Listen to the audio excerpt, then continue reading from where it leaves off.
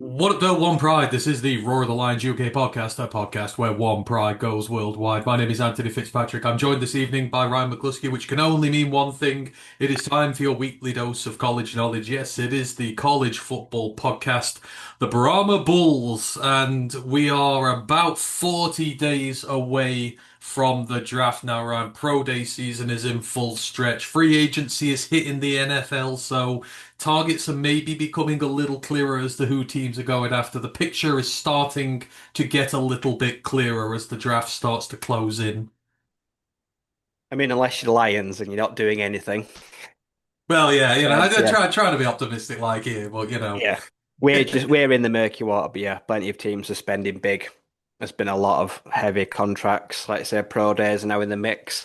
A lot of let's say they're starting to ramp up now. Teams are getting together, like say guys that weren't at the combine or saving themselves are now ready to put on a show for the local scouts and the GMs. So we're in that lull, that quiet period now where, like you say, you won't get a lot of draft coverage until, like you say, the big pro days, which usually come towards the end of March.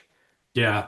We start. I think the first big ones are. I think it's tomorrow. I think we kick off some, but yeah, there's not been that much up to now. We'll go quickly through because there's one particular pro day the Lions have been very interested in up to this point that we know about. Um, we are taking a look at tight ends returning to college football. We've looked at quarterbacks, we've looked at wide receivers, we've looked at running backs. It's the turn of the tight end this week. Then. Maybe there we're going to get some mock draft action in this evening as well, providing I can finish mine, because I have no idea what I'm going to do, because I still don't know what the Lions are going to do, because, as Ryan says, they've been that inactive in free agency, I don't feel comfy right now, so I might just have to make it up as I go. And then to finish it off, we've got a surprise challenge this evening, which even Ryan doesn't know about. I'm going to spring it on him in a little bit, but it's a challenge we're going to set ourselves for next week, but we have to set it up this week, so. It's all good and fun. It is recorded this week, but I will be in the chat as always, so keep putting your questions and comments in there. It's just because I've got a lot of stuff I need to work with on the system, and I don't want to break a stream by doing it all. So you know the drill. You know all the housekeeping. Roar of the Lions UK. Main pod was earlier this week. Well, we did free agency frenzy this week. So if you want to recap a frenzied first day of free agency with us live, then go check that out. Don't forget to like and sub all that good stuff. We appreciate the hell out of you all who come and spend your time with us. We're monetized, all that sort of stuff. So if you want to help that way, great. But we just love having you in the building to talk football first and foremost. We've got the feedback forms, all that stuff in there. And we're part of Lions Nation Unite as well. So don't forget to give that a love. And if you see us react during the evening, free agency is in full flow. So if anything does happen in regards to the Lions, we may quickly mention it as we go. Hopefully, preferably, Marcus Davenport never been seen on this team again. I can only hope. Right. Pro days, very quickly, as we mentioned, there's not been much activity up to this point. Some of the bigger ones we've had Kansas State so far, Sam Hecht and co.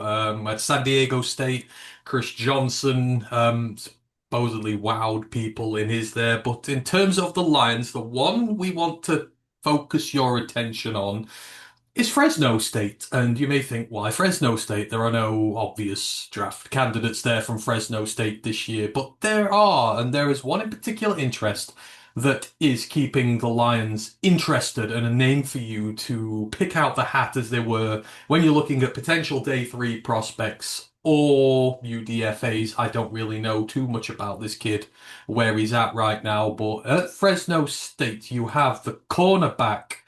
And he's got one of the best names ever, Alzillian Hamilton, who, as I say, has played for the last 4 years for Fresno State. Eight interceptions, 26 pass breakups, two forced fumbles, about a 53% completion rating against him over his career. But the Lions had an interview with him at the American Bowl during the All-Star circuit a month or so ago, and they were one of just 16 teams to turn up to Fresno State's Pro Leagues. Again, not the vast majority of prospects coming out of there this year, but certainly, right. I mean, corner depth is going to be big for the Lions this year. We kind of need to reset the market out. Wouldn't surprise me to see a few more of these here, but he's really intriguing hidden away in the MAC there. I mean the Mountain West. Obviously, there's a top prospect coming out there this year, but these Mountain West DBs are no slouches, and hell, he fits the productive type that we like. Yep, I'm with you. Like you say, we're not going big at corner this year, I don't think. So it's going to be more of a special team, a player to stash away in the later rounds, and then hopefully learn upon. And like you say, see if you can pick up some of the slack in going forward, especially in some of the games this season. Pick up where, well, no doubt we will get some injuries, so we also need some guys to fill in. Like I said, this guy's kid is productive. Like I say, he must have interviewed well at the American at the ball. Like I say, so they thought they'd go take a second look at him again. Looking at the rest of the people there, it's hard to see us having too much interest, like big interest in a lot of the products. So they've gone there hopefully to get a second better look at him, see how he's performing, and then also speak with him and his positional coaches as well. So you get to speak to the people that work with him every day, get a better opinion of him as he is as a person and a player. So I like it. Like I say, productive. Like I say, the Mac, like I say, has produced some good defenders in the NFL in recent years. So I'm all for us picking up a smaller school guy. Like I say, instead of we've failed on too many big flashy high street names in recent years, but we've really yet to hit on a smaller school guy. Yeah, and we'll need more special teamers. We'll need more depth guys to start building up. So that is your name to watch out for from the Pro Day circuit so far. That is cornerback Alzillian Hamilton from the Fresno State Bulldogs. By this time next week, there should be a lot more big Pro Days that have taken place, and we should be able to bring you a fair bit more news about what the Lions have been up to. Anywho, let us move on and let us move into the first of our three big things we're doing today. So, for the last couple of weeks, we have been looking at some of the returners to college football next year. Obviously, the draft session is in full flow at the minute. It's draft here, draft there, draft everywhere. So, we want to try and keep a little bit of college news in here as well and keep it a college show as well. And we've been taking a look through PFF's list of the top 10 guys they've got returning at all their positions so far. And they've started off with their offense and they're doing it as they go along. But it allows us to introduce some names into the fray for you to get thinking about for next year, and we throw in a few names of guys we like as well. So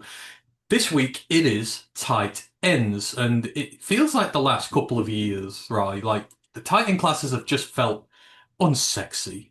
Not really fun. Nothing that gets you really excited. But for the first time this year, there's a lot of flair in what is coming back. We have some great blockers. We have some great pass catchers. We have walk-ons. We have guys who have been repositioned here. And we have a little bit of flair of Britain in there as well. I'm quite looking forward to seeing some of these guys next year. So we'll get started right away. And we'll start 10 through 1, then stick some honorable mentions in there. And at number 10 of returning tight ends for college football for the 2026 season, we have our first group of five player who has made these lists. And what makes it even more impressive is that he is from London, England. He is one of ours, one of our own, Peter Clark, out of Temple.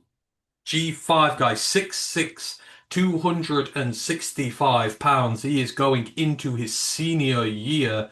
Didn't really do a great deal in his first year, was a blocking tight end his second year. Last year, he broke out in a big way, 30 receptions, 483 receiving yards, six receiving touchdowns, which broke Kenny Yeboah's single season tight end record for Temple. So Peter Clark now holds that distinction. 6 of 9 on contested catches, but it is the blocking where this guy absolutely shines. 82 run blocking grade, 73 for his pass protection. I think he gave up two pressures all year. He graded out 87.5 as a receiver, 81.4 as a run blocker. No other tight end in the FBS was in the top 10 of either metric. He is in both metrics. He is the pride of the NFL Academy, Ryan. It is rare to see these guys go there, but A group of five player making it into the top 10 returners in the country. He's British and he's played 1 year. This shows you how special he is as a burgeoning receiver and a fearsome blocker with that 6'6", nearly 270-pound frame. Yeah, he's come on a long way. Like say in an article on the Temple website, when he first got to campus 3 years ago, he weighed about 225 pounds. He's gained like 35 to 40 pounds of muscle in 3 years. He's dedicated his art to improving his diet, improving the gym, making the most of their excellent facilities that you would not get in the UK. Like I said, the blocking is tremendous. He is built like an absolute Goliath. Like you say, he's got really long arms. He's got nice sized hands, very rangy, but good, like you say, bottom half. He's got good pad level for someone so tall. And like I said, this year had a breakout on a Temple team that, yeah, it wasn't great, but they decided to make a tight end a focal point of their offense, especially in the red zone, averaging 16 yards a reception. He's good moving vertically. Like I say, he's able to stretch the field. He's good at getting those first downs, knowing where the marker is. And this year, like I say, had a knack for being very good at popping up in the red zone. Chipped in with a good number of the team's touchdowns this year. So we've seen the evolution. Like I say, it took a while to find his feet, but this year returns as one of the best G5 players in the group of five. Like I say, a great story and probably one of the best chances we've got at having a real credible British player drafted. It'd be very surprising me. Like I say, he will be a great D3 option for someone to build upon. Like I say, he's come a long way and will most certainly have his name called at some point next year. Feel like it's given a doubt. The story, the hard work he's put in, and I've no doubt he'll probably be one of the main focal points of the Owls offense this year too. Yeah, it's great to see these guys sort of go because you get them and they go over there and they have this fanfare and that, and it kind of fizzes out. And another team like Temple, it's a tiny team. It's not a sexy team either, is it? You don't really hear much about them. And the fact that Kenny Yeboah had a 5 touchdown in a season record there for tight ends shows that their record with tight ends isn't exactly the best either, the Owls. And for him to sort of flourish there the way that he has is absolutely tremendous. And you're going into the Americans tough. These are not bad DBs you're going up against. These are not bad linebackers you're going up against. A lot of these guys get drafted or go to much bigger programs. Like, you feel the world is his oyster this year. He's a senior this year. He will come to the draft next year, regardless of what goes on. But certainly, he could be in a good conversation this year because a lot of the guys in front of him are not draft eligible next year. So who knows? But Peter Clark, the Brit with grit from London, keep an eye out on him. The Temple tight end coming in at number 10. At number 9, we're moving to the Big 12, and we have Garrett Oakley from Kansas State, the Wildcats. He is 6'5", 248 pounds. Also a senior. He is Kansas State's all-time leading tight end in touchdowns with 13, replacing Ben Sinnott, who came up to the draft not that long ago. 71 receptions, 779 receiving yards. Run blocking's up at 66. Got a great coaching system there. Brian LePack, obviously the guy who developed Ben Sinnott, who got drafted a couple of years ago. He is the next in this line, so it's a good coaching scheme. Very strong at the catch point, 6 of 8 on his contested catches last year. So another big body guy who knows how to use his strength. And he was fifth in the Big 12 in terms of his run blocking from the tight end spot there, right? This is a system we know produces high caliber tight ends. That can make it up to the NFL at the next level. And Oakley showing as a receiver and a blocker again, another all-round guy. Probably not getting a lot of talk about, but certainly a lot to be excited about with him. Yeah, like you say, Ben Sinnott was more of like you say, especially now in the NFL, was more of a H black. They used Ben Sinnott as a lead blocker. They used him a lot in the run game. You could put him in the backfield. Oakley, more of a traditional inline tight end. Like I say, that doesn't take away from his ability to block. Like say the K-State, especially like say Avery Johnson, blocking their run game primarily does set up their pass game. They are a heavy run team, so he's very good at being physical at the point of contact. Another one that's good pad level. But he's improved, like you say, in his releases as well, working on expanded route tree. Like you say, he's a good physical. He's got strong hands. Like you say, contested catches. He's done a good job where he doesn't always get the most separation, but he still hangs onto the ball and fights through the catch. And one of those where definitely makes his bread and butter in the red zone, where he's able to escape, find a little pocket of space, make himself available. Has come up clutch for K-State multiple times in recent years. So yeah, definitely a name to watch for. More household names, like you say, because he's been around the block a long time. He's been in college a while now, so another one of the experienced guys on the list. Yeah, absolutely, he is. You'll hear his name mentioned a lot this year, especially if Kansas State rebounds. So that is Garrett Oatley at number 9. At number 8, love this kid, and the show is named after him as well. We've got Benjamin Brahmer of Penn State, the Brahmer Bull himself. The only transfer on this list, although technically he's following his head coach, the guy who recruited him. So technically he is a transfer. Technically he's not a transfer. He's under the same guys who recruited him at 6'7" and 255 pounds, also coming into his senior year. He was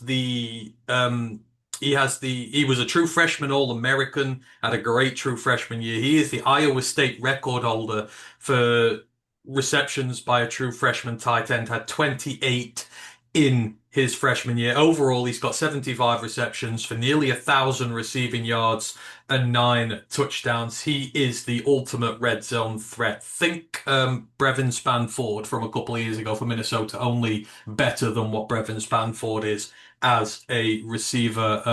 446 receiving yards last year, was 25th amongst tight ends in the nation, but 6 receiving touchdowns last year, tied for 6th. Only issues with him, he has an injury history. The sophomore season was wiped out by a neck slash head issue, which kind of brought that to a halt. And then last year, and Ryan will remember this, Keith Abney knocked him into the phantom zone when they were playing with one another, and he collapsed on the field. Although he ended up only missing a game or two on the back of that. He is a tough mofo, but he has had his fair share of injury histories, and he can't run block to save his life. Like, he is not a blocker. This is a kid who is a big ass red zone threated tight end, and he's one of the best at what he does. And if he can improve that blocking, then hell, he will go high in the next draft next year. So one of the exciting ones here, I like his size, his speed, what he can do. It's special. Just got to sort out the blocking side of the game, but there's a reason he's here at 8. Yeah, and I think the move to Penn State probably will. I mean, I've never known them for like their vertical passing tight ends game. I think they will try help him with his blocking. I think the O-line coaches especially will try maybe help him focus on that game there because, like I say, as a vertical passing threat and as a chess piece mismatch in the slot for nickels, linebackers, those kind of defenders, he is a head scratcher. Like I say, and it's the only thing that's stopped him in the recent field is yeah, irritating injuries that unfortunately have held him back at times. But as a receiving threat, receiving potential offers a lot. Like I say, just needs to work on better using the body, better leverage. Like I say, using his height to his advantage because he's a very big, strong man. Just polish that game there, and then yeah, say he will be able to work on his draft stock going forward.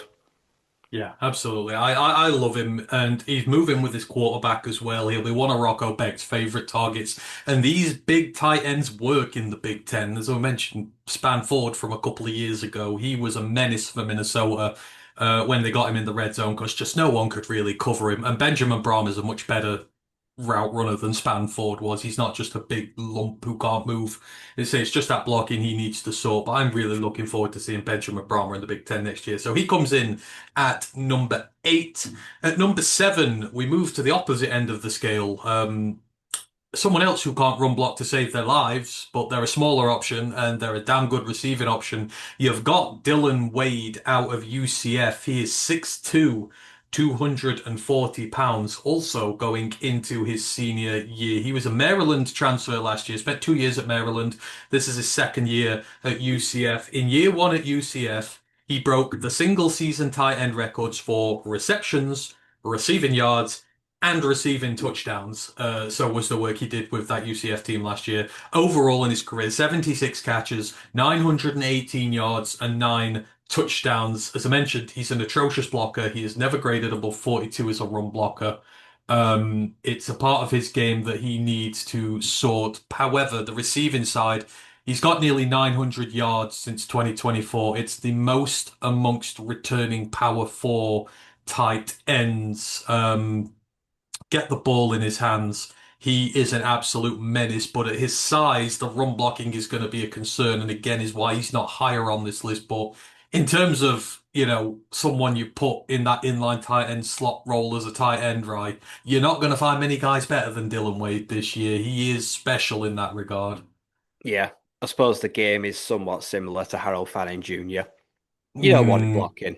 Like you say, put him out in the slot, or like you say, get him in like trips, or put him on in man coverage so you can isolate against one of the defenders. And yeah, he's a route runner. He's got great supple hands, like you say. He's got good footwork. Like you say, he works on the route tree. The cuts are crisp, and most part, like I say, when he gets the ball, he doesn't just go down. Or like you say, he's not one of these immobile guys. He turns, looks upfield, and looks how he can extend plays further with his legs. Like I say, he's quite agile and a good route runner. So yeah, I'm so when you're drafting him as a receiver, like I said, I probably wouldn't even bother asking him to block. And he needs to get work on it, but that's not the product you're looking for. Like I said, if you want in a receiving tight end that you can flex out or go into a bit of a spread offense, then this is more your guy. yeah, absolutely. He's a one-way street when it comes to tight end, but he's damn good at the street that he walks. So that is Dylan Wade you've got there. At number 7, at number 6, we have Jeremiah Hasley from Duke. He is a two-time academic All-ACC recipient, so very good up there in the noggin. He is a converted linebacker. He went to Duke as a linebacker initially. Didn't do much in his freshman year. They moved him to tight end. He was a blocking tight end in 2023. A leg injury wiped out his 2024, but he broke out in the biggest ways in 2025. He had 40 catches for 454 yards and 6 touchdowns, which included 2 touchdowns in the ACC championship game, the Duke's first ACC win in like 40 years. Also grades above 72 in both blocking disciplines because of his history as a blocking tight end, but he has unlocked a receiving side to him. The run blocking grade was eighth in the Power Four amongst tight ends. 13 forced missed tackles as a receiver was third amongst all tight ends in the entire FBS. He was sixth in the country with 6 receiving touchdowns, and his 287 yards after the catch were 11th. So 1 year of production here, right, as a receiver, but a guy who started off as a blocker has working out as a receiver and has, developed that part of his game. And when you're third in the nation in missed tackles and you, after the catch, are 11th, that shows what a lot of tight ends sometimes lack. They're good with the ball in their hands, but it's the ability to create yards after the catch, which is why, despite the lack of productivity in his career, he's so high up here because he can do both sets of blocking and he can also be a receiver who is good with yak, which you don't often get with these tight ends. If he stays healthy again this year and carries on, it could be a very special player on our hands. Yeah, and I mean linebacker to tight end is quite an odd route to take. They don't really have all that much in common if you think about it. So I think that's quite an interesting one. I'd usually see a defensive tackle or a defensive end because they're used to having their hand in the ground in the trenches. But linebacker's interesting. Yeah, like you say, the numbers don't pop off, but I'm with you. If we think of like say TJ Hawkinson, how many times did he just get the ball and go down? Or run out of bounds, or just like immediately get tackled and be brought down as the ball carrier. Was not no elusivity, not able to break a tackle. But this guy, like you say, gets the ball, sets his feet, squares his shoulders, works his way upfield, and he's actually able to make guys miss. Like I say, he's harder to bring down. He's physical. He's happy to run through contact, which leads for some much more bigger, more explosive players, even if the total yardage isn't there. Especially, I'd say those third and longs, downs like that, where you can get maybe a check down to him, knowing that he's able to use his size and a bit of brute strength in all brutality to try and get there. So yeah, he's a bit more of a versatile chess piece in that sense that he is able to get a bit of yards after contact, where a lot of these bigger, taller tight ends do struggle with, like, say, then moving in open space. They're not the most fluid or most graceful at times. A bit like Tin Man, where this guy's a bit more like Dorothy. I love the comparisons. But yeah, he's got the potential to be very special. Jeremiah Hasley does. I'm going to be keeping a very close eye on him for next year. He comes in at number 6 and moving into the top 5. And what would a tight end list be without an Iowa tight end on there? Tight end university, as they say. And the latest that's coming through this pipeline, I mean, they can just do it with just about anybody. At number 5, we've got DJ Vonamy. And I mean, what a story this kid's had.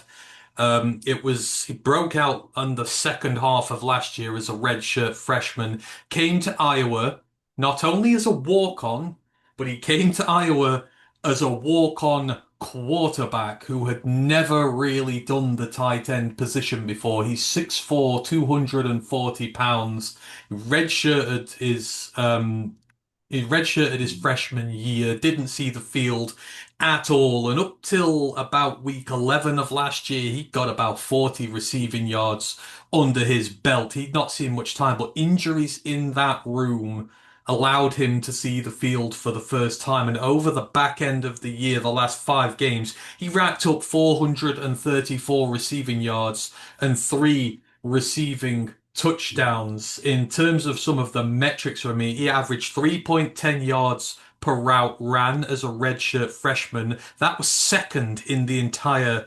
FBS. His 83.1 receiving grade was tied for ninth in the nation. This seemingly has just found the most, because he did receiver work in high school as well as working as a quarterback. But he's just taken to this like a duck to water, a guy who'd not really played the position before, who was a walk-on, who was forced into action, really shone on the bottom part of last year, Ryan. This is the system that has created George Kittle, TJ Hawkinson, Sam Laporta. They just seem to have something in the water there. But you look at DJ Economy and you're like, yeah, this kid could be special. He has got a long ass way to go with the blocking, with, just the overall experience side of it. But you couldn't help but see the back end of last year and you're like, oh, here we go. This could be very well the next special tight end prospect coming out of Iowa. Yeah. I mean, it's just got to be a testament to the Iowa coaching. Like I said, their offensive line coach, the player, the tight ends coach, that they now have got quite a conveyor belt of successful tight ends in college football on the next level. And that's no fluke. Like I say, this kid, they do a good job of recruiting, they do a good job of scouting, and then they put him in the system. As you say, DJ's end last year shown flashes. It's funny what actually getting a proper quarterback can do as well. Like I say, that can help maybe take the game to the next level. So I'm hoping this guy can kick on this year, but the grades are very good. Like you say, he looks like, say, another one, like you said, needs work in the run game, in the blocking, but they will make that a priority for him because being able to block as an Iowa tight end is a given. They don't just let that go by. Like you say, you don't earn the reps and the catches without being able to block, so they'll work him hard, especially in this spring camp. But for the flair as a potential flashy receiver, like you say, and the grade, and then also catching the ball out in front of him, then able to hopefully pick up a bit of extra yardage after he's got the ball. Plenty, a lot of flashes there. So hopefully this is the one of the next conveyor belt and long line of Hawkeye's tight ends to establish themselves as a household name. Exactly, get learning it now because these guys succeed more often than not. That is DJ Vonamy of Iowa coming in at number 5, the red shirt freshman. However, he isn't the youngest player on this team. We have a true freshman on this list, and this is a name not many people will have heard of. At number 4, we have Kalen Chudzinski of Boston College. Coming out of high school last year, he was the number 128 tight end recruit in the nation. 128th tight end coming out of high school last year. Instead, of redshirting, any of that sort of stuff. He saw the field week one and played all season as a receiver, 313 yards and four touchdowns, all in separate games as well. It wasn't just one big game he went in, but it was the run blocking. He graded just a smidge under 84 as a run blocker. And this is a true freshman type. They're not usually known for their blocking at such a young age. And his pass protection didn't give up any of that either, even though he only took 5 snaps. But he is 6'3", 236 pounds. He is obviously going to grow into that frame a bit more as he gets more acclimatized to college football. But just some of the bits, he was 10th in America when it come to yards per route ran with 2.25. Um, as I say, third in the FBS amongst tight ends with his run blocking. Only two tight ends had a better run blocking grade in college last year. One of them being Peter Clark. And he's going to be the starting tight end in this room next year. I mean, it's kind of a big of a success story here, right? Tight end is incredibly difficult to more than many other positions to be a true freshman in because there is that much to your game. Sure, you'll see some of them break out as a receiver, or you'll see some of them do better in blocking, but never both at once. It's very rare, and that's why I think there's a lot of hype around this kid. But as the 130th tight end prospect in the nation, that's not a bad first year to have, especially on a team that was, for all intents and purposes, gashed last year and didn't have much talent around it. The young tight end shone out and potentially could break out if Bill O'Brien gets the program right this year. Yeah, I'm with you. I mean, I've seen a lot of like say five-star tight ends in recent years go to college football, do nothing. Like you say, they're challenged to become blockers, which a lot don't like because a lot of them maybe in high school were never even asked to block. They were just like, go play receiver because you're 6'6" and 15 years old. But the game's different, like you say. You've got to do the dirty work. You've got to be efficient in the run game. You need to know pass blocking assignments. You need to know the playbook as if you're an offensive lineman. This kid has come out, like say, high school, come into a game in a program that he's struggling. Like you say, he is really struggling out there, and he has taken to it duck like water. And like you say, he's doing the dirty work in the trenches really well. He's helping spring run plays, and he's been rewarded with, like you say, being efficient in the passing with good yards per route. Be interesting to see. I saw a report yesterday. It was announced Bill O'Brien will call the players for the first time as of yesterday. They're not hiring an OC at all, so he is going to be doing both. Don't know if that's a good thing or a bad thing, but the last time I called players, Alabama had like 89 PFF grade offensive football. So he's a good player. I think he's got a lot of ideas for this Chudzinski kid, like saying to how to integrate him into one of the large parts of their focal offense. So yeah, I'm looking forward to seeing this young man and seeing how big a leap he can take among lots of redshirt juniors and sixth year seniors. And they've just lost Lewis Bond to the draft, and Lewis Bond was kind of the fulcrum who took a lot of those middle of the field receptions and stuff that Chudzinski might do this year. So it's all working out well potentially for him. So number four, the true freshman star out of nowhere, Kalen Chudzinski of Boston College, your number four returning tight end to college next year.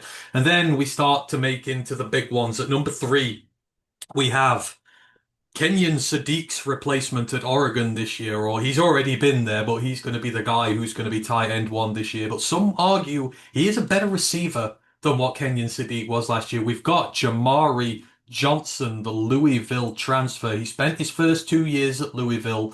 Last year was his first year at Oregon, and he broke out as a receiver in the biggest of ways. 510 yards, three receiving touchdowns, only after only having 160 yards and a touchdown in his 2 years at Louisville. And he had to earn his snaps as well. 600 snaps as a blocker. The run blocking was 56, so it can get a little bit better. He's 6'5", 257 pounds, so almost perfect in terms of the size that you want with him. He was the fifth most valuable tight end in the country according to the WAR metric last year, which is wins above average. He was seventh in receiving grade, 2.45 yards per route run, which is fourth in the nation. 291 yards after the catch was ninth. A huge year for Jamari Johnson, right, last year with Kenyon Sadiq in tow.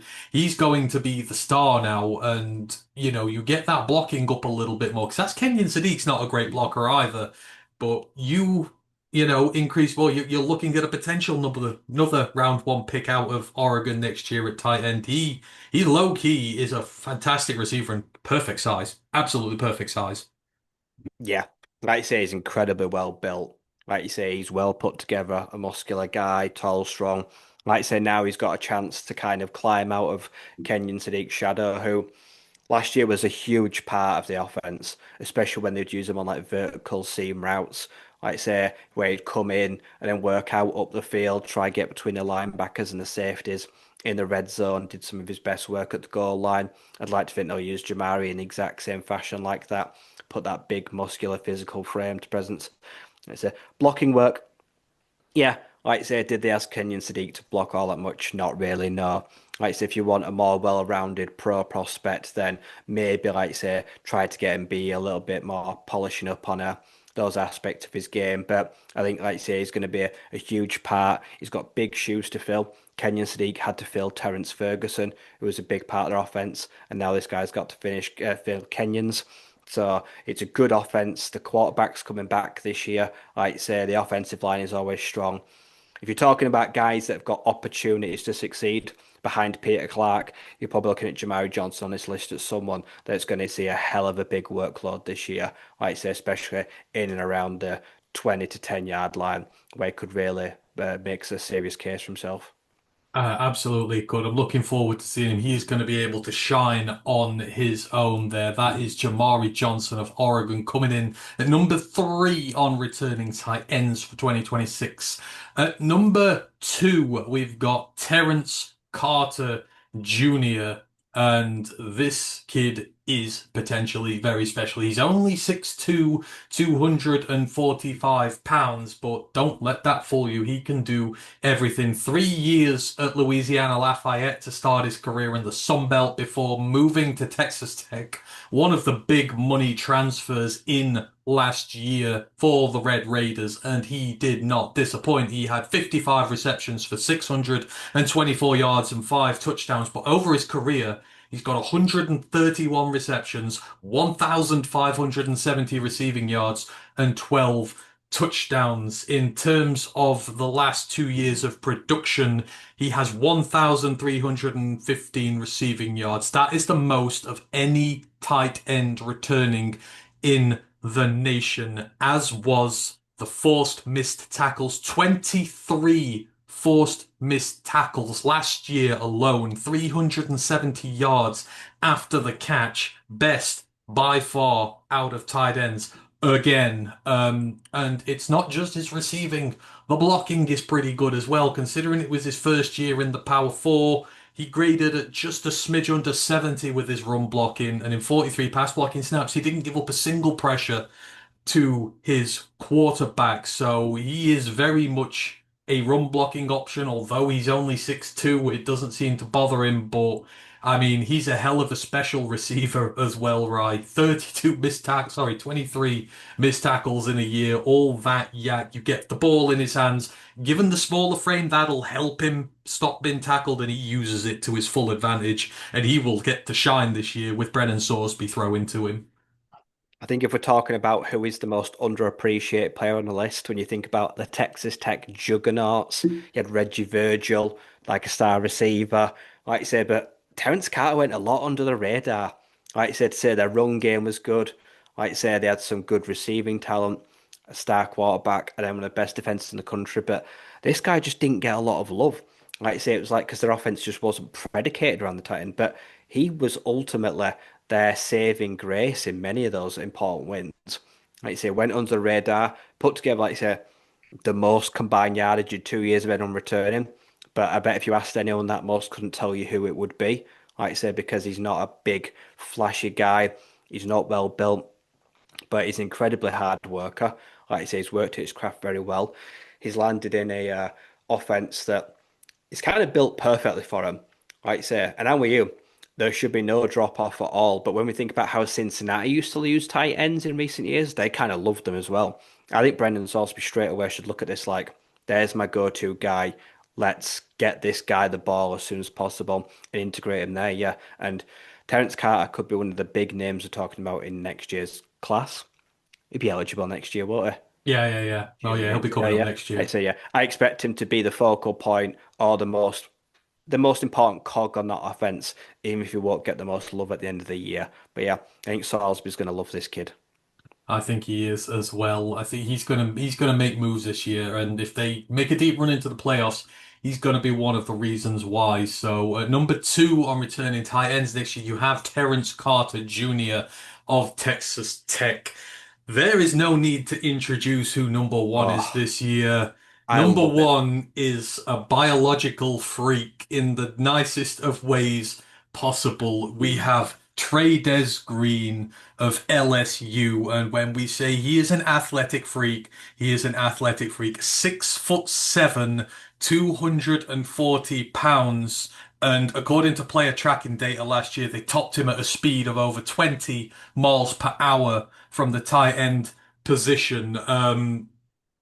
He's a touchdown machine. In his first 2 years, 11 receiving touchdowns. As a true freshman, he had 101 yards, four touchdowns. Last year, 33 receptions, 433 yards, seven touchdowns. That's with all the receiving talent on that team, having Aaron Anderson, who's a target hog, Barry Brown, all that sort. He's worked his way, and he was a high five-star recruit. A lot was expected of him. As a sophomore, we started to see the best version of him. The blocking wasn't tremendous. It was 40, the run blocking in his true freshman year, but it improved to 60 last year. So the run blocking is coming on. He's 6'7". It's obviously not the easiest, but I mean, he's built in a lab, right? Right. You put him in the slot, there's going to be very few people in the country who can defend this guy correctly. And if he makes the same jump in his junior year that he made from freshman to sophomore, good Lord, are we going to see something potentially incredibly special? Oh yeah, the, he plays like Cade Cunningham. Like he is like the power forward. He's the big man of basketball. Like I said, I saw players last year where they just threw the ball up in between like two defenders. He just went up, got it like the bloody Aerodactyl, like he's a legendary bird Pokemon. And then he got hold of it, and like I say, and he would get slammed to the ground, and he still hung on. Like I say, he has got, like I say, every trait of a top 15, top 20 pick next year.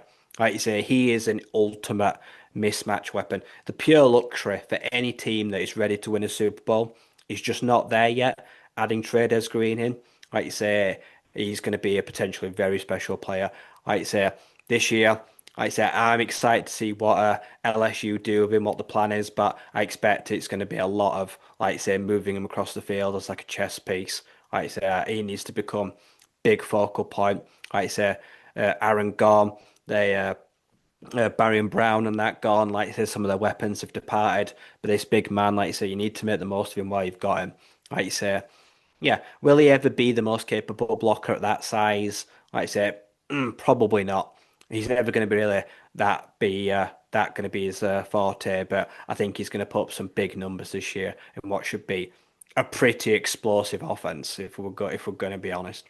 Oh God, yeah. Like he's just you look at him and you're like he looks NFL ready now, doesn't he? Like he's Yeah. a soft. He's just coming into his junior year. He looks like he could play in the NFL tomorrow, and he would have absolutely no problems with it. And again, you feel like it's not a name that's well known, but he should be, and he will be very quickly. Especially, you've got a lot of transfer receivers coming into LSU this year from smaller schools who are not as well known, rather than their own prospects. What have you got a big grin on your face for? We've scored.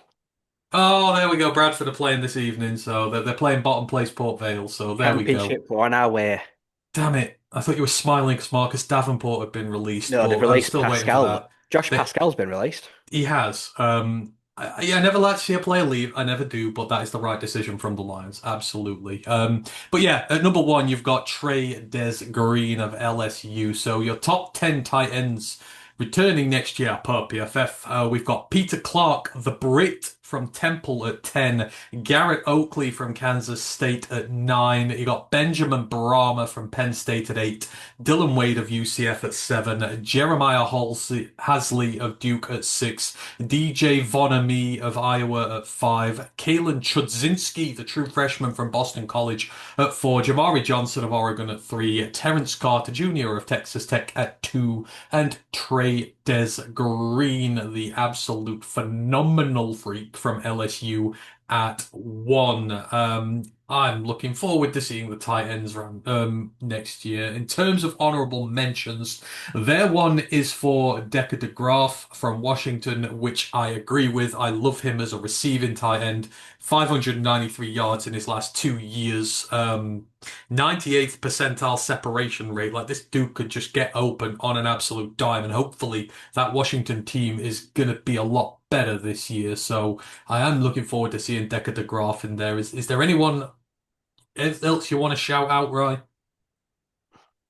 that you can think of? If not, don't worry. But Off the top of my head, no. Like I say, I just hope it's better. This year class is better than this year's class. yeah, I do as well. I'm looking forward to seeing a lot more this year from Ty. I've been underwhelmed the last few years, but some of these guys who are in, I'm quite looking forward to seeing. So it's gonna be a good group. So that is pretty much that's the offensive skill positions done. We wait for all the other lists to drop. As they do, we will go through them, and of course, we'll be doing these lists during next season anyhow over the summer because we are going to have plenty of time to go. So that is that. Right, moving on.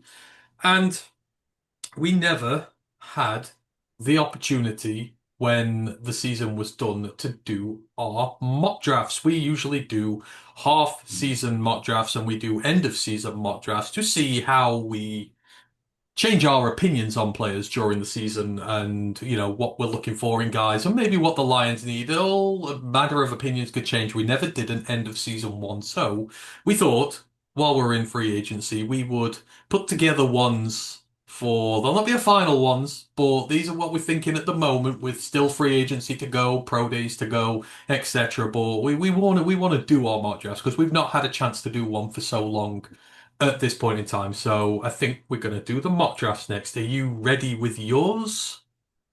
As ready as I can be.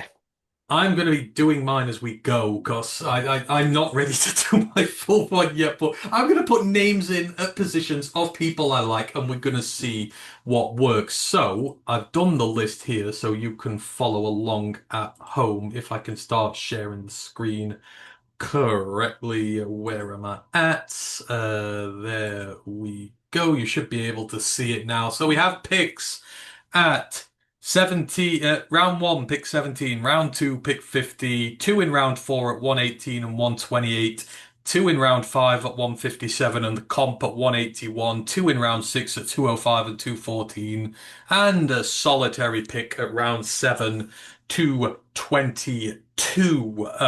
So without further ado, Ryan, what are you thinking at pick 17, round one? Who is your first pick in this upcoming draft as it stands?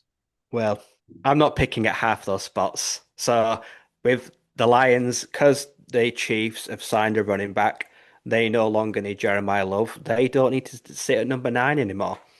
So we don't have much capital this year. So the Lions are sending next year's second round pick to the Chiefs to move from 17 to 9 to take the incredibly young but athletic, high ceiling Monroe Freeling at offensive tackle. Wow, that is that is a big one. We're going up to get the left tackle of the future. Like I say, Um, I'm comfortable moving Sewell now, but if I don't have to, and if the Chiefs are dangling number 9 now, they've got Kenneth Walker and have no super serious needs. I know they've shed some corners, but they can get a corner at 17. They might pick up an extra pick. Yep. Like say 6'7", 240, 245, testing incredible at the combine. Yes, he's got like 11 career starts. He is very new to the game, wet behind the ears, but got a fantastic base, moves incredibly well. The anchor is there where it needs to be right now. plenty of room to grow. Like I say, we're strengthening the interior. We've already made some good moves to start right now. I feel like let's go get the guy of the future while we can. So you've just traded future picks for that one, yeah? Yeah. All right, lovely. So we've got that in there. So you have got Monroe Freeland. I am on the same level of thinking as you, not with the trade, but I think it is going to be offensive tackle. And if I'm going to be staying at 17, the one I really, really want, offensive tackle Spencer Farnu out of Utah, and I'm going to draft him to be my right tackle of the future.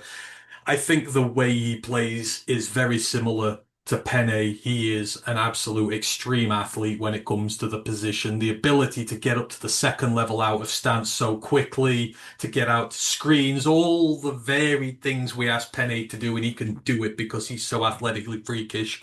I think Spencer Farnu can do as well. And, I think his upside as a pass protector, he is not given enough credit for how good as a pass protector he is, but he's going to be run first. He's going to fit in our system like a glove. Putting him next to Tate Ratledge is just nasty, like absolutely nasty. I would run through the right hand side of that line every time. And if you don't want to do that, you can run behind Penei Sewell at left tackle. I'm going for the mauling aspect of this going forward. I think Farnu is tremendous, and I think he's going to fall to us at this rate. With guys like Monroe Freeland going earlier, it's probably going to push him down into our wheelhouse. So I think offensive tackle is what I'm settled at now. I do really want an edge, but we need a left tackle first and foremost. So I've had to put that one there. So that is who I'm having out the gate. 50. What are we thinking with the second pick? This is ambitious if he actually makes it this far. But in an Mock ideal drafts are mock world, drafts. yeah, It's your mock draft. You are allowed to decide what I you would want. love, I want Emmanuel Pregnon. I would love the left guard out of Oregon. Like you Mm. say, the kid is vastly experienced. He's got, like, say, over 3,000 career snaps, featuring somewhere and to be like 40 45 games. Like you say, 6'4", okay height, very skinny weight, 315.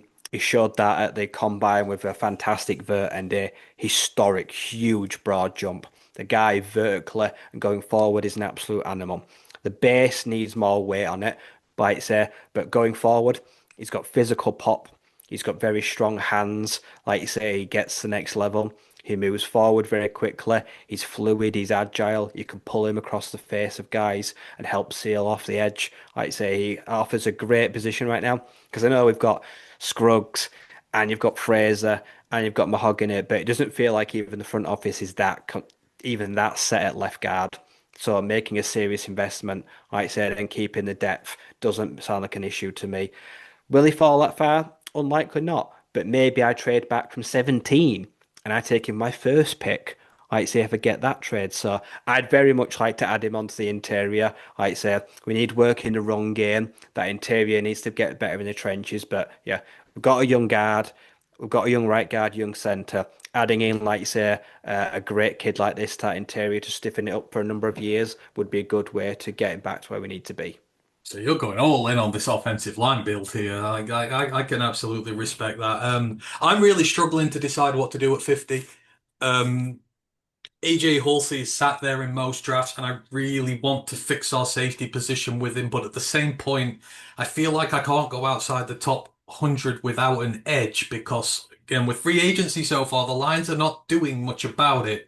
We've got to have some form of a high caliber edge put in here. So, very reluctantly, instead of going for AJ Halsey, I'm going to take Gabe Jacobs or Jackus out of Illinois. And in terms of guys I'm going to get there, I don't think there's any better. And what I really like about him, I like technique guys at edge. I don't go for massively big athletes. I don't go for, the guys built in a lab who've got no idea how to pass rush, but they've just got all the athleticism the NFL needs. Gabe Jacobs is a technician who has a deep pass rush arsenal.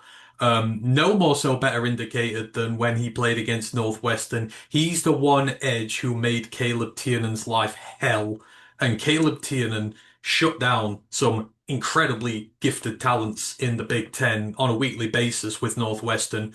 when Gabe Jacobs came to town this year, he just absolutely laid waste to him, and you could tell it was just a rush of moves that were getting thrown at Tiernan again and again and again. He just kept setting him up, and it's just so technically well thought out. He's exactly what we need here in Detroit. Someone who can win one-on-ones off the line of scrimmage, who's going to benefit from having Hutch on the other end of the line from him and Liam on the edge there, on the interior.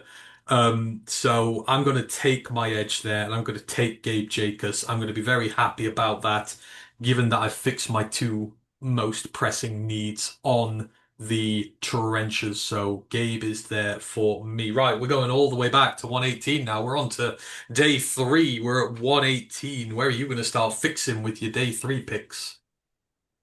I'm very much with you. The Lions need a safety.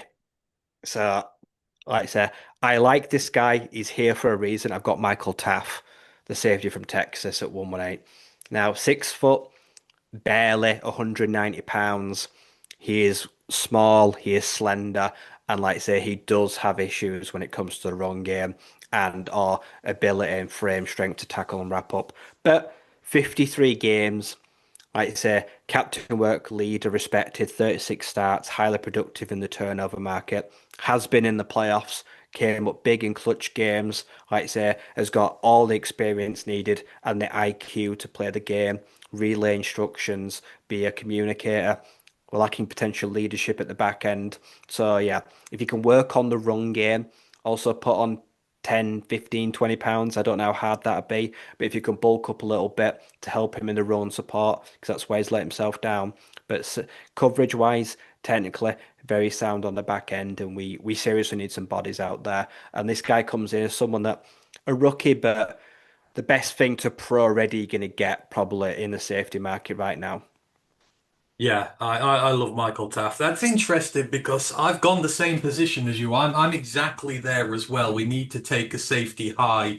I do like Taffer, but I've gone in another direction, and I've gone for Bud Clark if he's still going to be there at this point, because I know he's rising up boards, but I think there's a good chance he is there in this range.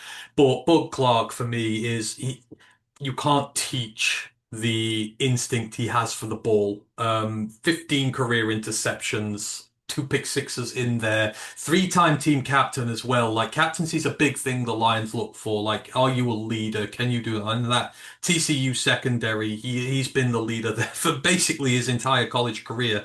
Very rare you're a three-time team captain, and he's been able to do that. As I say, the production speaks for itself. The captaincy speaks for itself. He plays tough. He plays the Detroit Lions way, and we lack picks in our secondary. I know it's more corners that are a problem, but with not having Kirby last year, it just kind of felt that even at safety, the threat of getting turnovers and that was just so diminished. I want a guy who can get the ball in his hands, and if it's not going to be AJ Halsey earlier on in this draft, I think Bud Clark is the one I'm leaning to after. I'm hoping to get him there. So yeah, I'm with you. Safety, I sought that here, and I'm feeling pretty good with my first three picks. But we're picking again just 10 later, and these round four guys were usually pretty decent for us. So who have you got at 128?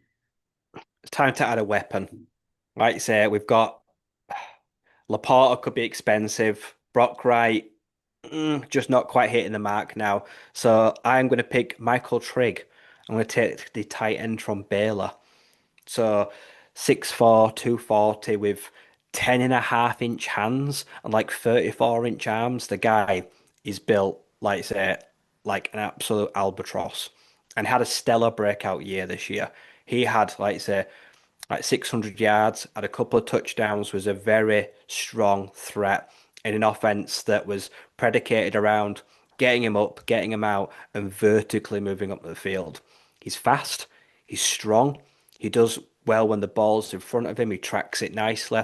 He's comfortable working in between linebackers and safeties. Had a really productive year this year. I think he had 6 touchdowns as well. Very good in the red zone. Came up clutch late on in games for Baylor. He is a physical piece moving forward and moving horizontally. Yeah, like I say, the blocking does leave a bit to be desired. Usually a bit too high at the line of scrimmage. The pad level needs to work on getting lower. Like I say, he's got pop explosion. he does offer somewhat dynamic receiving threat, which has got potential to improve going forward, like I say, in the blocking aspect. But would add a bit of juice and complement, like I say, what we need on the other side right now. A bit more capable two tight end looks, so he could work as a receiver pretty well straight away. Yeah, I can absolutely get behind that one. See, again, I'm struggling at this point. I really wanted to draft Seth McGowan at this spot, the running back out of Kentucky, but now we've got Isaiah Pacheco here. I feel like that's going to be a bit redundant to take a running back. I say so high, but with a fourth, it is basically a higher pick, and I've really struggled with this. So I probably would be looking at tight end here myself. And I have to look at the metrics and where people are projected to go and everything.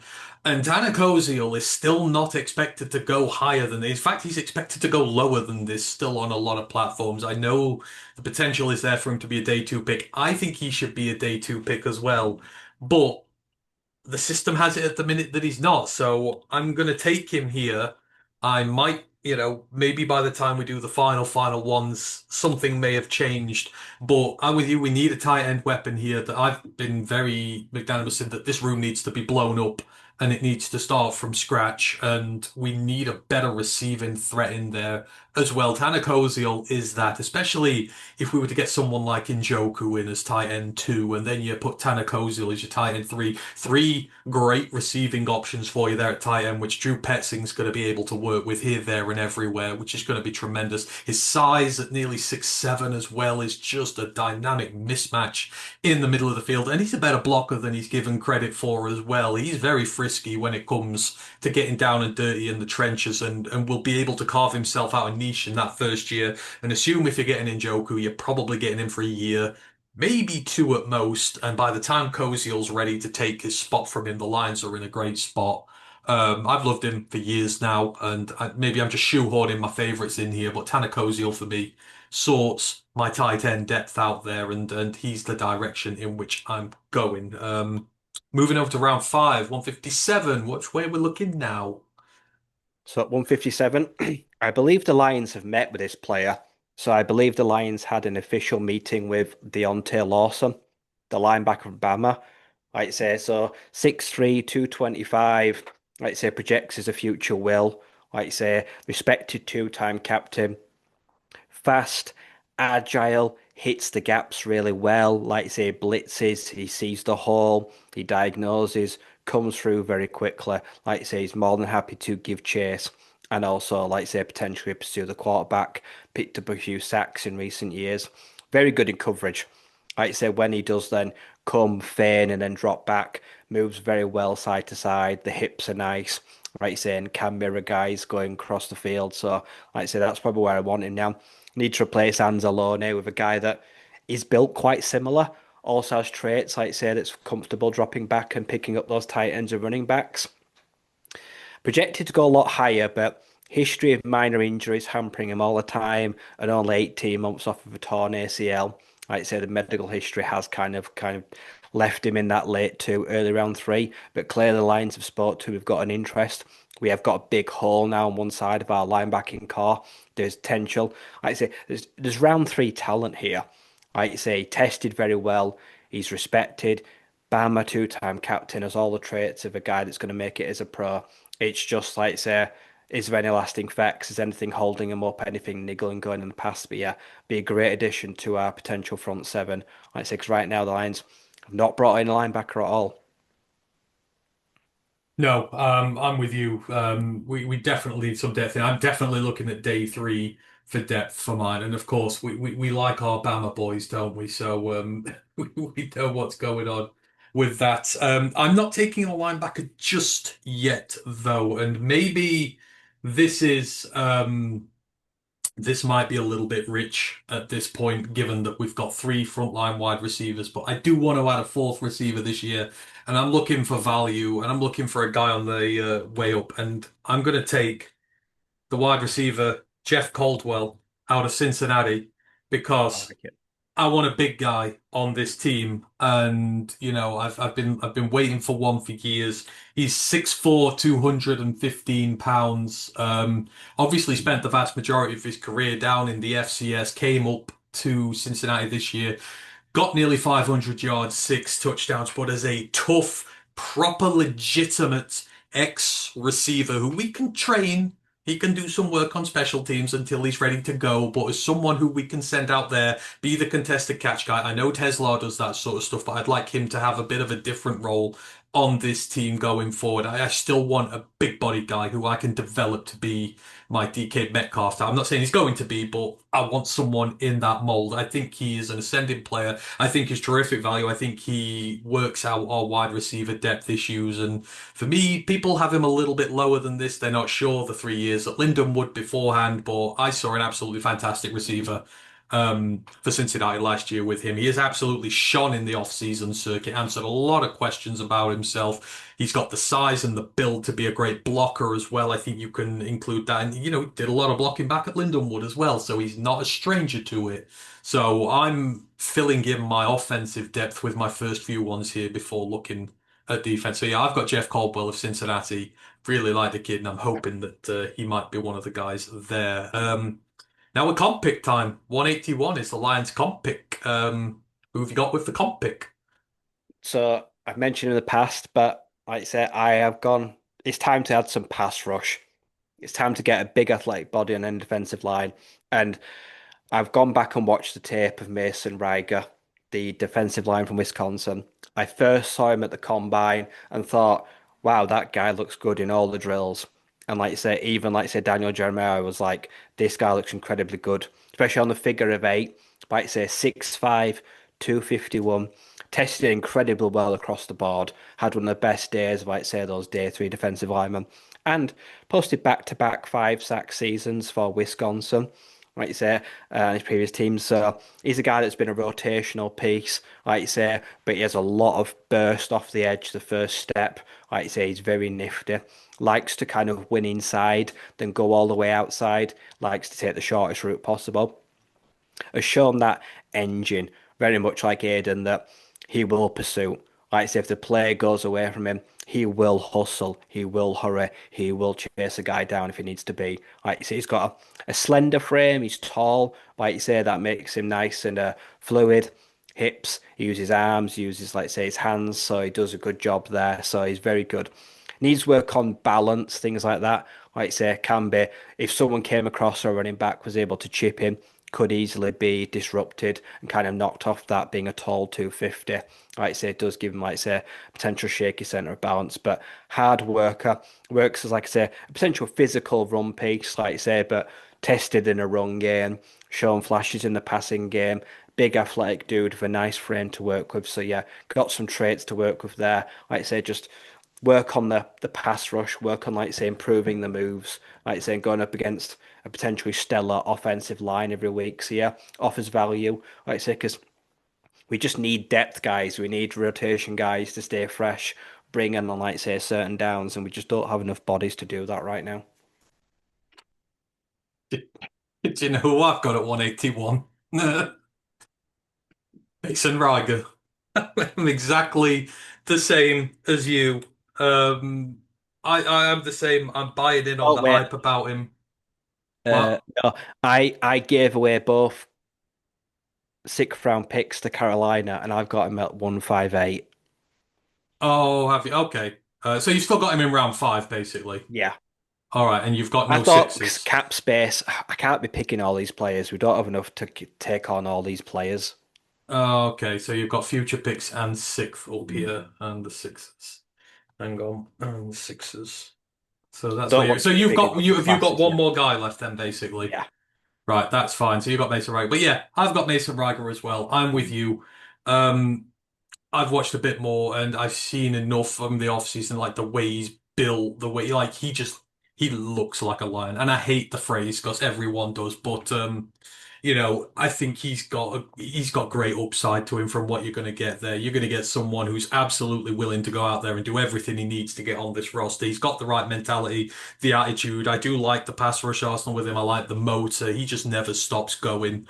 on a program that, just I trust their defenders. I really do. So I'm with you. I'm going to double down. I would like two edges here. So I've got Gabe Jackas, but I've got Mason Ryger as well. I'm very happy with that. And hopefully they're going to have a veteran paired with them very soon. So we're going to have a great room. So yeah, I've got Mason Ryger at 181. When it comes to the Sixers, I'm going to carry on going for defensive players, and I'm going to pull the trigger here. I think he should go much higher than this, but consensus probably says he's not going to. The draft doesn't like HBCU players. I do, and I want this one on my roster. I've got E40 himself. I want Eric Hunter on my team, the linebacker out of Morgan State.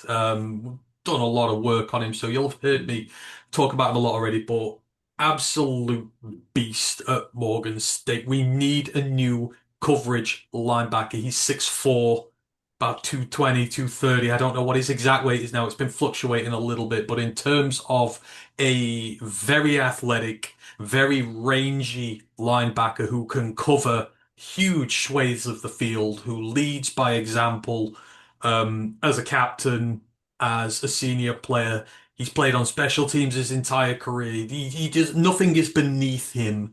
He is just a leader by example, and he absolutely deserves to be on an NFL roster next year. I feel disrespectful picking him at 205. I'd probably pick him at 157, maybe a little higher than that, but I get to go with consensus. I get to pick all my favorite players in here, but he solves the coverage linebacker problem. He's going to start as depth. Do not get me wrong. He's not going to be a day one starter, but he's a guy you're going to plug on your depth chart. You're going to work him up, and eventually he's going to do a role on our team, what Anzalone did, and he could do pretty much everything on there as well. And we have a good history. James Houston, when he initially came here, settled in really well. It's an area we look at. I like to think they have spoken with him. I know they have. I hope they would push a pick on him. It's a round six pick. They're throwaways at the end. Go out for the guys who've got bona fide production. I feel just as strongly as him as I did about Malcolm Rodriguez. And, for me, he solves a big issue on this team in the future in terms of having a coverage linebacker. So Eric Hunter, Morgan State, is going to be the one at 205. And then at 214, another area on this team where I want some more height because I don't like how small these guys are. I'm going cornerback, and I'm going to butcher his name, but I've got Ephesians Prysock from Washington. The I was own, going to pick him. Like I yeah. said, I pivoted to someone else, but yeah, exact same reasons. I'm going to pick someone. Yeah, I mean, don't get me wrong, I do like our corners and that, but we don't have any taller corners. We need a tall, rangy boundary corner who, over time, can be developed into hopefully what will be a lockdown corner. But I want someone with a bit of height. He has absolutely no problem when it comes to the athletic ability. He has no problems when it comes to getting tough and dirty. The run defense needs a little bit of work, but he's very willing. Just a little bit of technique with him, and he's just been very underrated on this Washington side. A lot of Washington prospects have been underrated because their team's not been very good the last few years, and some would say it's been very disappointing. And the fact that you can get him in round six, which is where most people are predicting him to go, like we need a bottom corner of the depth roster guy who will work his way through special teams and offers us something we don't have right now, which is height and range amongst some of these guys. So I've got Ephesians Price up from Washington. Going to solve my corner depth issue with him at 214. And then we got the last one, 222. I'm assuming you've got one here. Is this your last one? Yeah, Yep. and I'm with you. It's time for some corner. It's time for a bit of height, and it's Tony Grimes, cornerback of Purdue. 6'1.5", 195 pounds. Had their pro day, like it says, timed in at a 4.540 with a 38 vert, and he had like a 7.71, I think, or it was a shuttle. So, like I say, the cones drills are very good. Long arms, physical corner. Like I say, press man coverage, very happy to play at the line. Like I say, 150 career tackles, 30 career passes defended. Has been around the block a little bit. Started as a true freshman, like I say, at Chapel Hill, which is no mean feat. Played all 12 games as a true freshman for the Carolina Tar Heels. Like I say, moved on after a couple of years to UNLV, had a stint there out in Vegas, and then finished his career as a Purdue Boilermaker. So he's a sixth year senior, very experienced, played in multiple defenses. Like you say, has been asked to do different things. Like you say, offers good size, good physical prowess, strong at the point of contact. Like you say, bit handsy. Like you say, 29 pass breakups, does have good ball skills. Like you say, understands routes. Like you say, could be a guy, like you say, don't maybe you don't want him to go to UDFA, so you take him here so you don't have to fight teams off. Like you say, we'll make his player need special teamers. Like I say, we haven't re-signed currently a lot of UDFAs and that EFAs. They're not going to return, so we need some bodies on special teams. I expect Tony will make a big name for himself there. And then, like I say, when they do start to pick up the everlasting knocks at corner, may have his name called, a bit like Nick Whiteside did. Offers the same kind of physical outside build. Yeah, yeah, I can buy that. We're in the same mode of thinking. I like it. So that is the Ryan's last pick, and then for mine. I'm going to insert a quarterback into the mix. As has been mentioned, we have a lot of quarterback gurus on this team. We have Teddy B, Teddy Two Gloves is back on the team now. This is a room where you can get a young quarterback and you can throw him into the mix and he will be mollycoddled by a ton of guys who are going to put a lot of knowledge at his disposal and help his development. A guy who is along the same line of Jared Goff, but he has wheels with his legs as well, and we can work with that. I am going to take Haynes King at this point because I don't think he's going to go beforehand. The Georgia Tech QB, I think he's the perfect developmental guy to have in our system. And just, if it works, it works. If it doesn't, it doesn't. But I just like the dual threat ability about him. I think he's got a better arm than people give him credit for. Again, hell of a leader. Has brought that Georgia Tech team out the ground and pulled it into the future. Offers a dual threat ability Goff doesn't. But first and foremost, he likes to stay in the pocket, make his throws, and I think he's got a very good arm. He's very athletic. We saw at the combine the athletic ability is not in show either. So I think there's a lot these guys can work with and bring the best out of him. And at worst, put in a serviceable backup QB for us when Teddy's done at the end of this year, which is what we need. We've got to take a swing at QB at some point. I'll do it with 222 and I'll take Haynes King there. So there you have our mock drafts. They're technically moonlighting for the end of college season ones. We've done them a bit later. We'll do the final ones at some point. But Ryan has us going up to pick 9 to get Monroe Freeling, the tackle out of Georgia, to be the left tackle of the future. Emmanuel Pregnon, the left guard from Oregon. Michael Taffer from Texas, the safety at 118. Michael Trigg, the Baylor tight end at 128. Deontay Lawson of Alabama at 157. Mason Riger of Wisconsin at 181, the edge. And then finishing it off in round 7 with Tony Grimes, the big cornerback cornerback out of Purdue. And for me, I've got Spencer Farno, the tackle from Utah, Gabe Jacobs, the edge from Illinois. We've got Bud Clark, the safety from TCU, Tanner Koziel, the tight end from Houston, Jeff Caldwell, the wide receiver from Cincinnati. Also got Mason Riger at exactly the same spot out of Wisconsin. Got Eric Hunter, the linebacker out of Morgan State. Ephesians Pryzok, the Washington cornerback. And then Haynes King, the QB from Georgia Tech. And those are our mock drafts there. I feel pretty happy with this one, although I feel like I'm not going to be happy at all. Like it's just such a weird year. I don't know about you, Ryan, but I just don't feel comfortable at all. I feel like I could redo this again and have a ton of other players, but I think they'd be two pretty good drafts, to be fair. Yeah, I'd be pretty happy, like you say, address a lot of the needs. So now I obviously naturally I expect to get none of those players and Yeah. we'll do something weird or funky.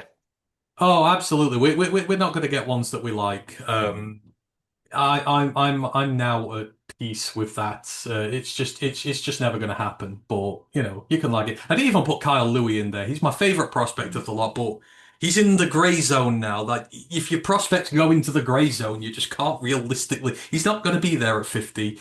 We're not going to pick him at 17, so I can't at this point. But 40 days away. I'm looking forward to it. I have no idea. It feels like it's tackle first, doesn't it? It's gotta be. Like Yeah, with where it has, like whether it's up, down, or staying, it feels like it's gotta be tackle, yeah? yeah. Like you say, the talks, like you say, moving Sewell, but I suppose what we do at 17 will tell us where Sewell is going to play next year. Yeah. Yeah, it is. It is. Okay, and that is it for the mock drafts. And hopefully, Grandizer will have enjoyed that one if he's watching along because he loves us doing mock drafts. I'll have one more left, and that's it. You don't get many mock drafts out of me, so enjoy it while you can. And to finish us off today, maybe a third session. I'll have to run this with Ryan first, but I thought because every now and then we do draft challenges and stuff like that. But I thought about doing something a little different this time because it is fascinating to go through college football history because we forget where players come from. Like you get all these big players in the league and you're like, I have no idea where they've come from or where they've been and etc. and that. So I thought, with his permission, and I think I floated this idea before, but what the challenge is, right? We're gonna have a 24-man team. There's 12 on offense, 12 on defense. And I have a random spin the name generator for all the college teams in the FBS. And the point of the challenge is we have to try and create the best team possible out of a load of randomly generated teams for positions. It means we have to go back in history, have a look through, and try and find the best guys we can. So, say you land on a quarterback and it's Michigan State, you get obviously you can use Kirko Chains because he's been there. Does that feel like a challenge you're up for? Best in college or best as pros? Well, so it can be the best. I would do both. You can do whether it be best in the pros. We've got to try and create a team, and we're going to pit them against one another, and people are going to pick who is the best. The rules, because obviously this group of five teams in here, you can pick a guy who was recruited by a team. So say he starts at, say you get Tulsa and you've got a wide receiver. As That long can as be they a spent a guy, season that there. can be a, it can be a guy who was recruited by the team or has spent more than 2 years at a top team. You can't use a one-hit wonder like to finish it. Like Jahmyr Gibbs. If you've got Alabama running back, you can't use Jahmyr Gibbs because he was there for 1 year at the end of his career. However, if you've got Georgia Tech, you can use Jahmyr Gibbs because he was recruited there. I think, Right, okay. are you up for that? Yeah. You feel it's fun? Because for me, it's like we can dive through history then because it's fun, fascinating, seeing where some Right, of because these we could go players back come 100 from. years. Yeah, and it's fun, and for people who don't know where these guys are coming from, it also it's like a history. Like, oh, I didn't know that guy came from there. I didn't know he was recruited from there. And plus, it's fun. So we're going to pit ourselves against one another. So what we've got, I can put it up here. When I've got where we're at, and you can watch You'd along at say that until home. you get running back Appalachian State or Well, centre from centre from Temple. that's the challenge. Yes, but they might have recruited a really good one and had one for a year.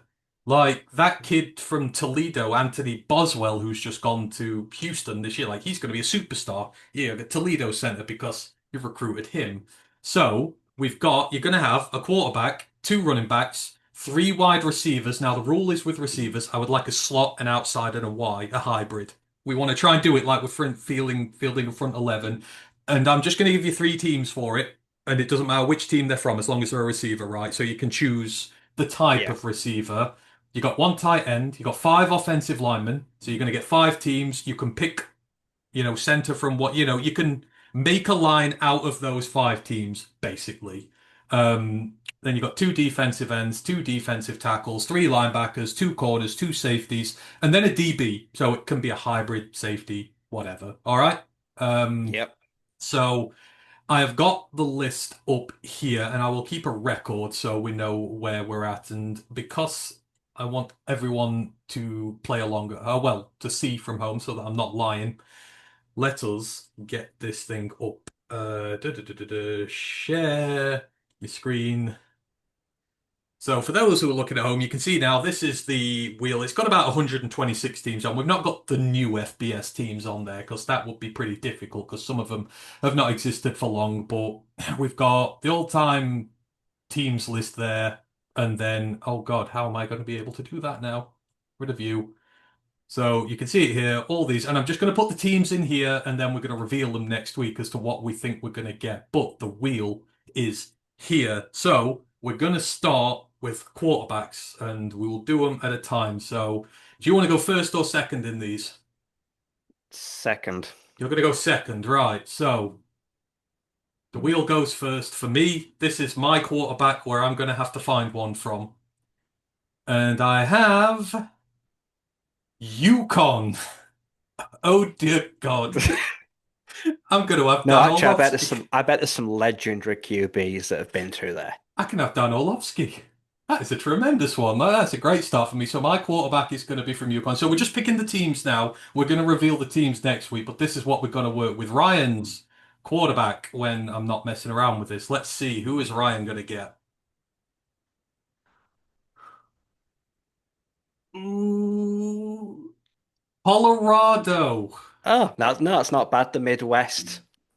You've got Colorado for your quarterback. There we go. Right, we're going to do running backs, and I'm going to do these in a row. So the next two spins are mine, then the two after that are yours. So where are my running backs? Where have I got to find my running backs from? Please be Marshall. Please be Marshall. Something like that.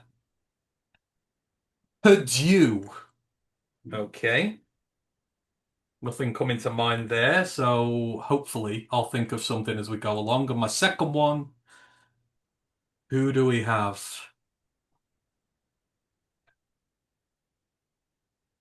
Texas Tech. Oh, oh, that'll do. I think I can make a good one out of Texas Tech, especially if recent years are anything to go by.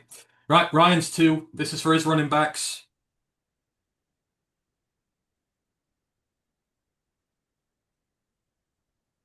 Baylor is your first. Hmm. See, this is where we dig into history. We might find some really good running backs from Baylor. And East Carolina. So, I think you might have some actually good options there, to be fair. But yeah, you've got Baylor and East Carolina. So we've got receivers next. So we've got three each. So the next three will be mine. The first three after that will be yours. Let's have some big Power Four teams here, please. Maryland. Oh, That's not bad. to be fair, it could be good. And Maryland gets some really good recruits, so they've probably moved someone on over the years. So who's next? Rutgers. If only they'd asked me this question in about 5 years' time, because they've got some really good ones right now. And who's my third receiver? Arkansas State. Oh, oh, that's going to be tough. So my three receivers are going to have to come from Maryland, Rutgers, or Arkansas State. That's going to be fun. Your three receivers,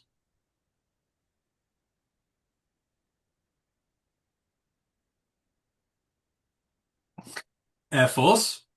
Oh, what? They didn't know what a receiver was until about 5 years In ago. fact, the service teams I'll take out for this. I'll give you a respin on that because it's a service team. That doesn't They seem don't. fair. They've never used them. No, you're gonna if running backs fine, but you get a rego on this. And you've got UTEP. Although that could be beast. I'm thinking of some off the top of my head right now. So you've got UTEP.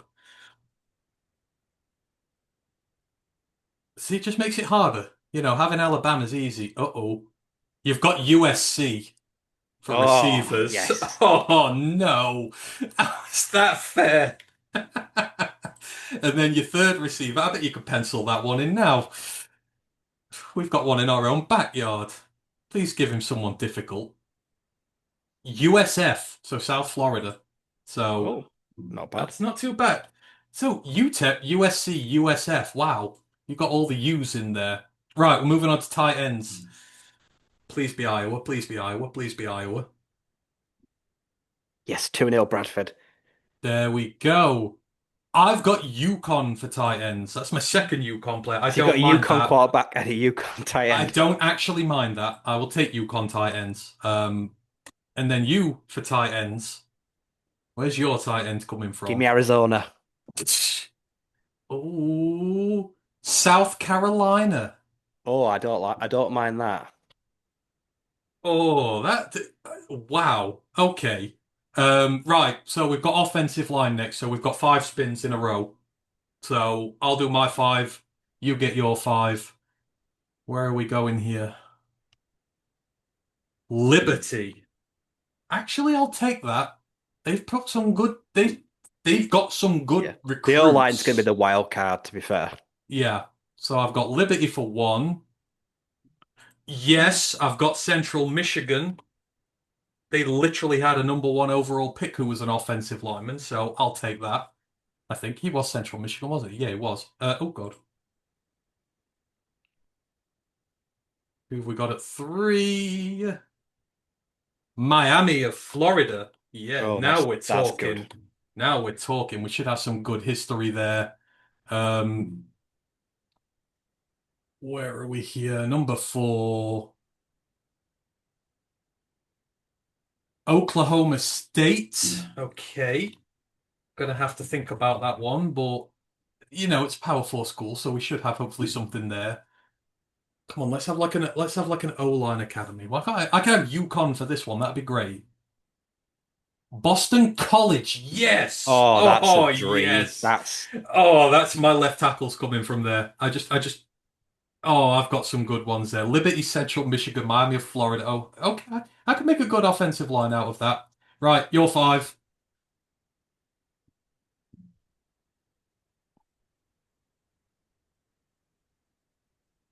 California.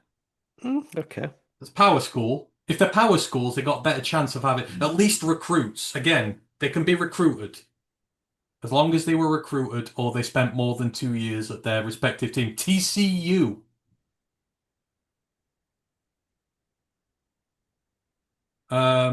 So another power school.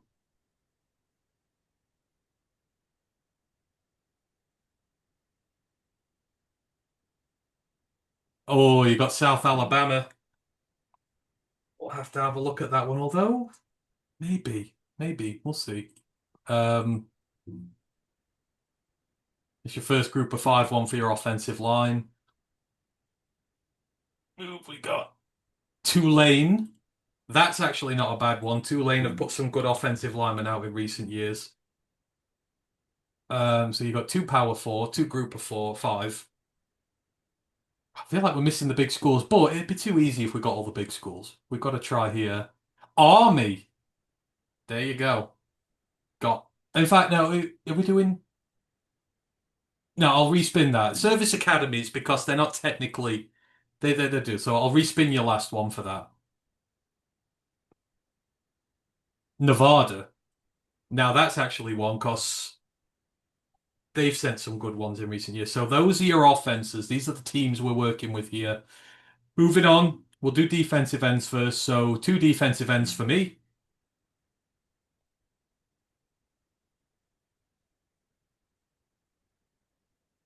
Kansas. Ooh, Hmm. Kansas for defensive ends. I wonder. I'll have to have a little look here.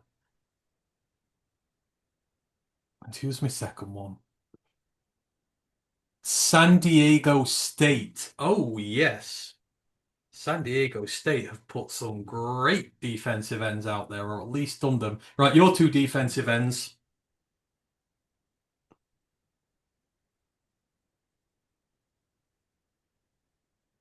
Virginia. Oh, they must have had some good ones in history. They must have. They must have. Again, when it's the power schools, it might not be recent history, but you know they'll have had some good ones. Oklahoma State. So those are your two defensive ends. My D tackles, two for me. Please be Pittsburgh. Please be Pittsburgh. Please be Pittsburgh. Let's take some Pittsburgh here. Oh, Utah. Oh, Oh, on your interior defensive line, that's oh, oh yes. Oh, come home to daddy. Utah defensive tackles. There's got to be a good one knocking round. SMU. Ooh, defensive tackles. I feel like I'd have done better with edge there with them, but we'll see. Your two defensive tackle schools got Iowa. No Oh, way. that's not bad in the You've trenches. got Iowa for defensive tackles. You're joking.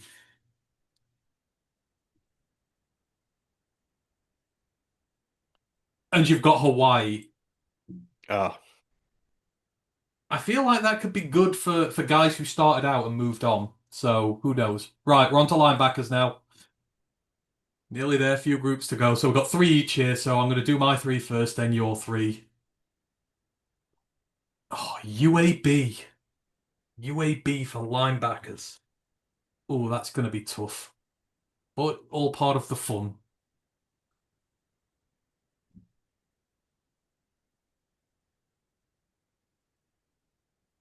I've got Arkansas State. Are you kidding me? again.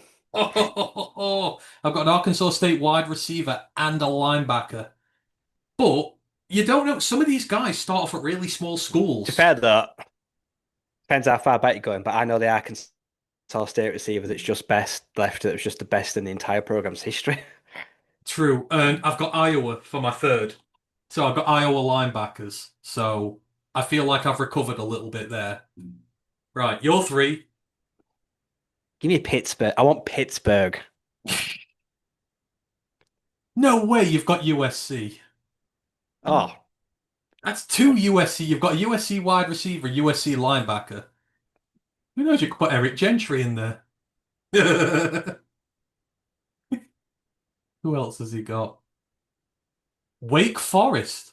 It's a team you like. I So Wake can Forest think of one already. linebackers. Oh, it's never a good sign when you can think of one instantly because it's usually the top players who you remember. And your third, Arizona. Okay, I'll take that. Oh, yes.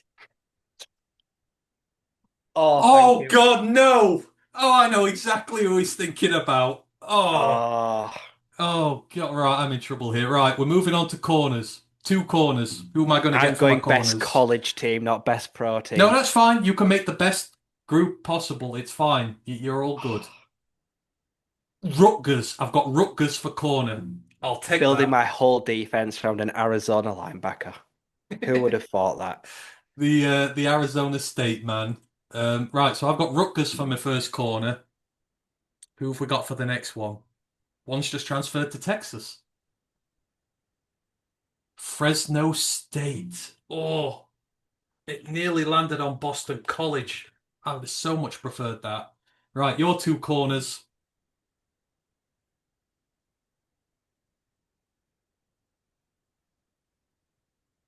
Michigan.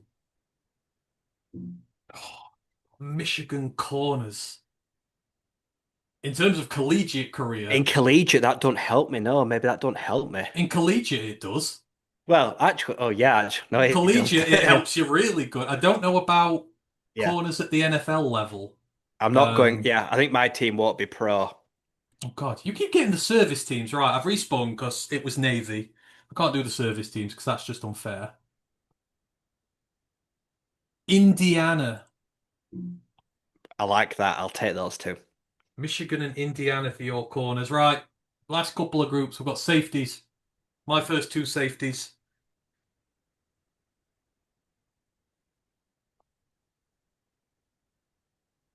Wake Forest and safeties. Hmm. We'll have to see. Who's the other safety group? Can't get USC or something here. I've not had USC. Oh, I got Michigan. Michigan's. Oh, I know instantly who I can have for that. Yep, I'll take that. I will absolutely take that. Your two safeties. I mean, I'm not asking for a lot, but if I can get LSU, please. Clemson. Uh, Clemson? yeah, I'll take Oh, that. for God's sake. I already know I'm going to lose this challenge. Look at this. You've got two USCs, a Clemson and Michigan. Defense, offense is shaky, but the defense is where I'm going to pull it Your back. defense is looking legendary right now. You're going to absolutely smoke me. I'm going to have the best offense of all time. TCU is your other safety. And then we've got one defensive back. So this can be any, you could, whatever, corner, DB, nickel, whatever. So long as they're primarily a corner. So mine is Bowling Green. Right. Okie dokes. I am in a lot of trouble here. I'm gonna have to hope some of these teams have histories and they've recruited some really good ones. You have got for your DB, don't you, Alabama, Bennett. Michigan, Clemson, and Alabama are in my secondary. And I've got Fresno State, Wake Forest, and Bowling Green. I'm gonna have to do some digging here. And then finally we got kickers and punters. So gonna give Well, special kickers teams come some from love. anywhere, don't they? Like I say, this is going to be a total lottery. So my kicker, Cincinnati. Hmm, nothing off the bell. I can't remember. Where did the most famous kickers come from? Where did Hansen come from? Can't remember. This is all part of the fun. Your kicker comes from Yukon, so you get Yukon love now. And then finally, last one, punters, I mean, Iowa. punters are like growing on trees. Iowa would be good for punters. Kansas. So I need a Kansas punter. So I'm gonna have to hope to good Lord they've had some good punters over their time. And then finally, last one of all, um, your punter, Arkansas State. Good luck with that. Do you want to put a head coach in, or do you think that's enough? Eh, I'd say that's enough. That's enough. All right. So these are the teams as you can see them. So for those who may have come in like partway through this and wonder what the hell we're doing, this is a fun little challenge. So we have got to try and create the best team possible from a group of randomly determined teams as by the spin the wheel thing here. So as you can see, quarterbacks, I've got to find a quarterback from UConn's history. Ryan's got to find one from Colorado's. The rule of thumb is they can either be recruited by the team, so it could be any UConn recruit ever because they were recruited to that team, or they have got to have spent more than 1 year at the team that they were drafted from. So I gave the example of Jameer Gibbs. You got an Alabama running back. You can't use Jameer Gibbs because he was only there for 1 year. But if you got Georgia Tech, you can use Jameer Gibbs. So those are the only two rules of thumb here. Can't be a one-hit wonder, and they've got to be recruited by the team they were at. So, I mean, I'm looking at this and I'm thinking I'm in a lot of trouble. I'm going to have to do a lot of digging here. You've got to feel relatively happy about what you've got here. I think Yeah, your defense is going to be fucking awesome. yeah. I'm Maybe worried about house. the O-line, but I think the defense is going to make up for it. I think, yeah. To be honest, I think my O line's going to be better than yours. I've got Boston College. I've got Central Michigan, who have a number one overall pick. I've got Miami of Florida. Oklahoma State have got to have put one decent man in there, but you've got to have, and again, they've got to have played a good amount of their position in there. So you can choose whichever position between the five teams as long as you create a starting O line that is re respectfully faithful. So yeah, that is it. That is going to be our challenge for next week, along with all the other bits we do, the pro days and stuff like that. We are going to reveal our teams, and you at home are going to vote which of us have the best college team, who could beat who, and we will, we will rate our respective groups and see who has the stronger units overall. Going to be good fun, but a little something different for us to finish on. Don't think there is anything else to mention this week. Anything else you want to mention before we get out of here today? No, I think this is going to be the hardest challenge we've been set. Yeah. But I kind of like because I do want to know a bit more about like the history of groups. I want to do it on the main pod as well. Like have a list of 10 players. Where did they go to college? Because a lot of time we forget where players come from college. We're like, oh yeah. I think it's fun to dive down into history and we can all have a bit of fun along the way. But yeah, trying to find a Arkansas State wide. In fact, I've got a great one for collegiate. They've just had one of the greatest collegiate receivers, haven't they? Yeah, yeah. So Yeah. I think that couldn't be too bad. But we're going to have to present our cases to the people and see what they say about that. Yeah, looking forward to it. It's going to be And then good. when other people are like, sorry, we don't know who any of those people are. Yeah. Well, we are an educational podcast. You are here to learn. We talk about college football in the modern day. We're going to do some history My for you centre's as from well. 1975. Exactly. Brent will know who they are. Brent will know who all these guys are. Grandizer will enjoy this as well, I think, because Grandizer loves his college football history. So I think we're going to have some fun with that. But yeah, that is all from us today. Thank you, everyone who's been along in the chat. As I say, this is pre-recorded, but I kind of had to because of all these things we've been doing. Didn't want to mess the stream up, but yeah, we will probably be back live next week to present our all college teams and yeah, vote for your love, as it were. And then say we'll have plenty of other bits. So yeah, next shows. We'll be doing a Q and A over the weekend, so drop by for the weekend Q&A. Any questions you've got, get those going. Next week will be draft prospects. Myself and Ryan will be back with Pro Day stuff and the result of this challenge here and various other things. It's draft season, so if you want out doing, just let us know. We shall sort it for you. You know where to find us. Roar of the Lions UK all over the internet. We are here. And yeah, thank you ever so much. Thank you, Ryan. We shall do this again very soon. One Pride worldwide.